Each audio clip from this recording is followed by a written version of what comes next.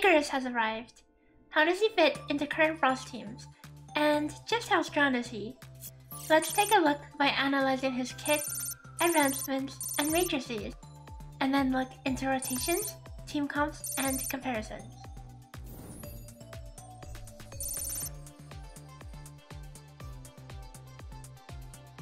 Icarus, in addition to standard Frost resonance, has an additional trait on his weapon, Elementalist. For each different weapon equipped, you will gain 1.5% damage per element. His skill, Desolate Day, summons his speedy yo-yo for 70 seconds at the given location, where they will constantly deal damage to enemies within. You can only have this on the field once, and recasting the skill will simply reposition it. While channeling the skill, you will heal 5% of your max HP and also gain 50% damage reduction. When you use his discharge, you'll gain 2 uses of a bonus skill, Return to Loneliness, which uses the same skill button when Desolate Day is on cooldown. This does moderate damage with a very fast cast time, and counts as a normal skill cast, meaning it synergizes well with advancements such as Saki and Alyss A1. When casting this skill, you will gain 50% damage reduction and heal 5% max HP, similar to the base skill. It also triggers bonus effects depending on your build. With Fortitude Resonance, you'll gain a stack of a shield that blocks damage equal to a sum of all your resistances. You could have up to 3 stacks of shield, and when gaining more stacks when stacks are already full, or when stacks are used up, it deals 200% of the total blocking power to the target. When Benediction Resonance is active, it deals bonus damage equal to 8% of enemy max HP against targets with over 95% health. This basically lets you chunk any boss by a huge amount at the start of a fight, though do note that this damage number is a flat amount that is not affected by any multipliers. There is not too much to write home about for Icarus' basic attacks. Most of them are not too relevant in the context of Frost, as any rotation involving Icarus will abuse his bonus 2 skill cast on discharge and focus on charging energy. However, for what it's worth, his sponge attack deals a good amount of DPS, so it's not like you'll ever be spamming this. His trait increases final damage by 15% when using his weapon, and the shatter of his weapon specifically by 50%. Typically, you shouldn't have any issues with shattering in Frost, so it's recommended to use a higher damage trait like Alyss or Fenrir instead. Next, let's look at his advancements and their values.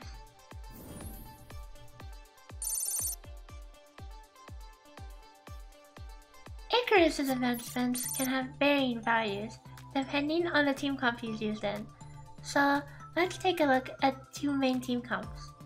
First, a triple Frost with Alyss, Saki, and Icarus, and then one with Icarus, Alyss, and Lyn. Icarus' A1 triggers additional damage when you use any skill or discharge with Speedy Yo-Yo active. When using a skill, it will deal damage proportional to your lost HP. This has widely varying values as a result, and the eventual value shown will be with an average HP of 75%.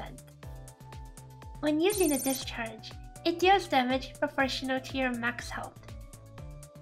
This advancement has decent average value, but will become near useless if you're almost always at full HP, but way stronger if you live on the edge.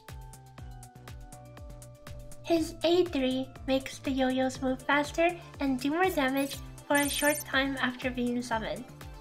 While this effect is very powerful, this advancement only really shines when Saki is in play, as Saki allows you to cycle through skills on a short interval, allowing this effect to be up almost all the time.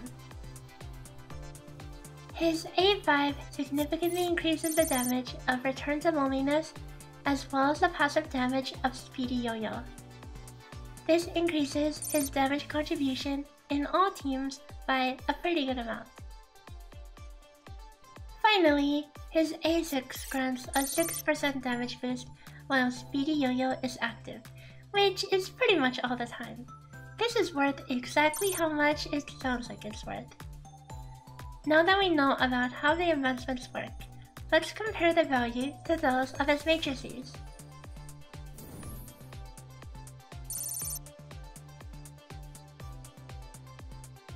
Icarus's matrix is quite powerful and works completely in the offhand slot. The 2-piece effect buffs all elemental damage when using at least 2 different element or type weapons, or when using Icarus's weapon. The 4-piece effect buffs all elemental damage for 25 seconds when you do frost damage. This stacks additively with the 2-piece bonus. These matrices are a very strong and versatile option, and even outdo both Fenrir and Tien's matrix in a Saki comp, though note that it needs a frost weapon to enable the 4-piece. Compared to other limited matrices, Icarus's matrix is on the strong side, roughly matching the power of both Alyss and Lynn's matrices. Unlike those 2 matrices, however, they don't require him specifically to be in your lineup. So these matrices are a safer pickup moving forward as long as you're committed to Frost. Saki's matrices have fallen off compared to the rest of the limited options, however. What about non-limited matrices? This looks pretty similar to previous comparisons. The new World Boss matrices are around 75% of the strength of true limited matrices. Main DPS matrices aren't too relevant in Icarus comps, as Icarus promotes a quick swap heavy playstyle. With Alyss in play, Claudia's matrix can have considerable value in buffing the discharge casts from her A1. Now it's about time to dig into the rotations and team comps.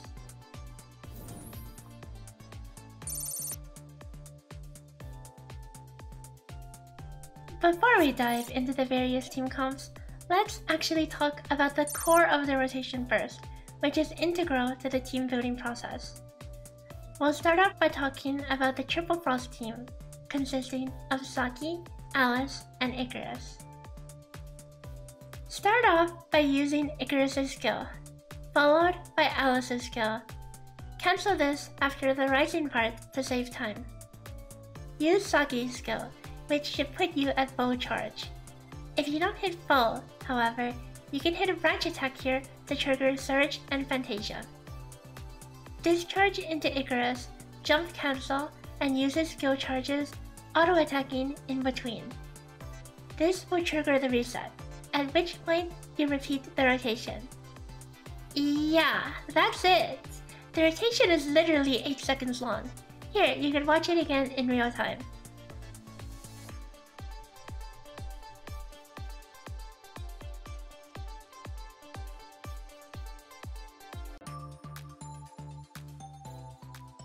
Next, let's look at a Lyn team, which consists of Lyn, Alyss, and Icarus. The goal of this team is to spam Icarus' second skill as much as possible, which triggers Alyss A1, granting you discharge counts for more Lyn fields. As such, the general premise of the rotation is to use all Icarus' skills, then charge up on Alyss, discharge back into Icarus, and repeat, dropping Lyn fields in between as necessary. Start off by using all the Lyn fields. Use Alyss' skill, cancelling it after the rising part. If you started with some charge, you can discharge the Icarus right away. Otherwise, use Alyss' auto and hold skill to generate charge. After discharging the Icarus, instantly jump cancel the animation and use his skill if applicable and skill 2 charges. And that's literally it. It's an incredibly short rotation loop, similar to Saki's, that looks to maximize Alyss A1's proc for Lyn's A6. That being said, this relies on having Lyn A6 to shine. Without having Lyn at A6, running a comp with A1 Saki is a much better option. We've gone over the two main synergies that abuse Icarus' skill spam mechanic. That is, Alyss A1 and Lyn A6, and then Saki A1. But what if you ran a comp without said synergies? For example, Alyss and Frigg. In that case, you don't have to rush to cancel discharges and skills, because Icarus' extra skill casts by themselves isn't enough to warrant speeding up the rotation. So you could use a similar rotation as the previously described ones without cancelling animations, but the premise is still the same. Charge on anything except Icarus so you can use his discharge, which is the highest DPS discharge out of all Frost, and then follow up with the skills for bonus damage. So how do all these comps compare? Let's dig into it in the next section.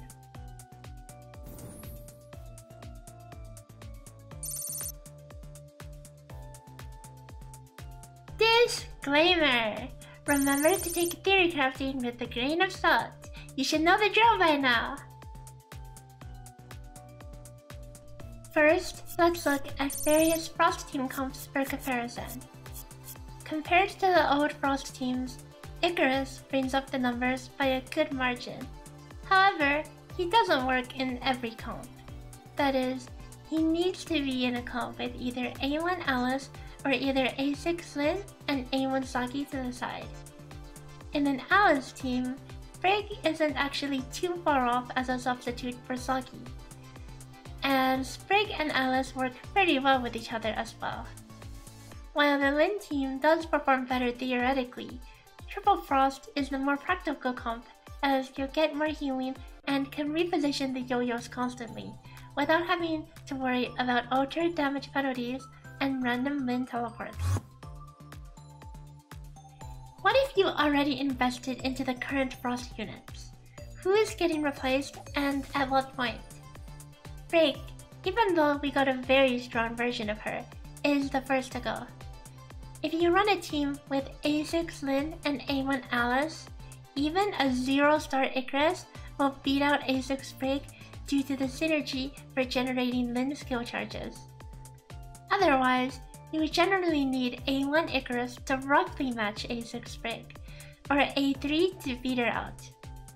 Note that the value of Icarus' A1 really depends on your average health. At roughly 50% average health, it'll match A6 Frigg. It'll be worth a good amount less at higher health, or more at lower health. Compared to max investment teams, both meta Icarus teams are way up there in terms of theoretical DPS, but when resistance comes into play, the ground is evened fairly closely. Note that since a lot of Icarus' damage comes from enemies standing at the center of his little yo-yo domain, it may be impractical to hit this maximum theoretical ceiling in actual combat. In Dolphin Teams, the Triple Frost team overtakes the Lyn team by quite a bit. These stand at a fairly balanced state. Compared to the current top comps, it does higher damage in non-resist content, but slightly lower damage in content with resist. In F2P Teams, the Triple Frost team shows the most promise in raw damage, though it is still weaker than the Saki comp against content with resistance, and roughly on par with Lan. The Lyn comp, as expected, is very weak, as the Alyss Lyn synergy requires A6 Lyn to work.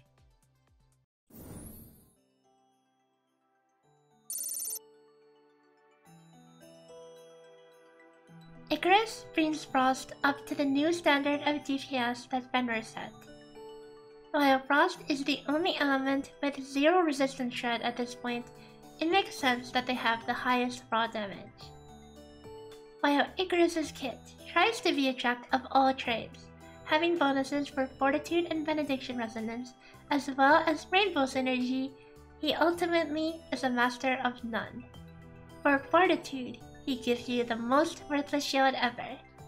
For Benediction, he does funny bursts at the start, and then is a complete waste of a weapon slot afterward. In Rainbow Teams, he doesn't offer anything special outside the 4.5% damage from his passive. Anyway, I'll see you guys next time in the Fiona analysis. Hey, fun.